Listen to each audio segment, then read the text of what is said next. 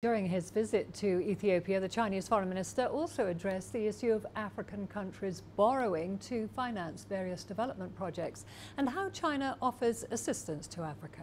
What is China's position when it comes to the issue of debt with African states? Is there any tricky agreement as it's been claimed?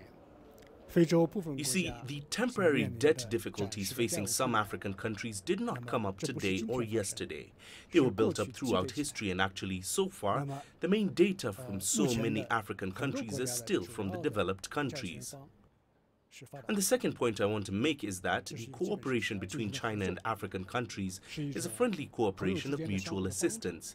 It's a type of South-South cooperation, and we follow the principles of mutual assistance in having cooperation with African countries. And in helping Ethiopia and other African countries' projects at the request of our African brothers and sisters, and we only start those projects after we have conducted feasibility studies and scientific assessments and evaluations.